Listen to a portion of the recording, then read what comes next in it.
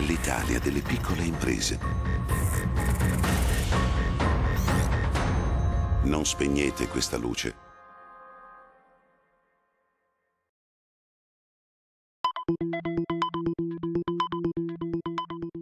Presentato il 28° Festival Nazionale di Prosa organizzato dalla Fita del Veneto al San Marco di Vicenza e che mette in palio per la compagnia vincitrice anche il premio Faber Teatro promosso da Confartigianato. Un cartellone imperniato sulla qualità non soltanto delle compagini artistiche ma anche dei testi è quello che caratterizza il 28° Festival Nazionale del Teatro Amatoriale Maschera d'Oro proposto da Fita Veneto.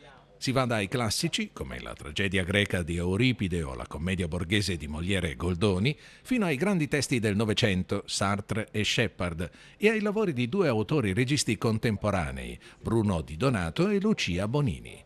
In palio anche il 23° Premio Faber, promosso da Confartigianato Vicenza, che aprirà le porte del Teatro Olimpico alla compagnia vincitrice del festival. Nell'insieme una proposta che di certo appassionerà il pubblico del San Marco, da sempre consapevole della qualità delle compagnie finaliste e quindi del valore della manifestazione. Un appuntamento che non tradirà le attese, anche se per i noti tagli di bilancio sono venuti meno importanti contributi di enti come Regione e Provincia. Per questo, da parte del vice sindaco di Vicenza Bulgarini Delci, è stata promessa un'ulteriore disponibilità del Comune. È un cartellone molto serio, molto importante, però la gente deve anche imparare ad andare a teatro, non per ridere, a ridere c'è la televisione, c'è Zagarone, c'è tutto quel cacchio che volete, deve imparare ad andare a teatro come a una cosa seria, un'occasione un po' più rara di meditazione, di impegno, di divertimento, certamente, io sono un autore comico, però anche qualcosa di più.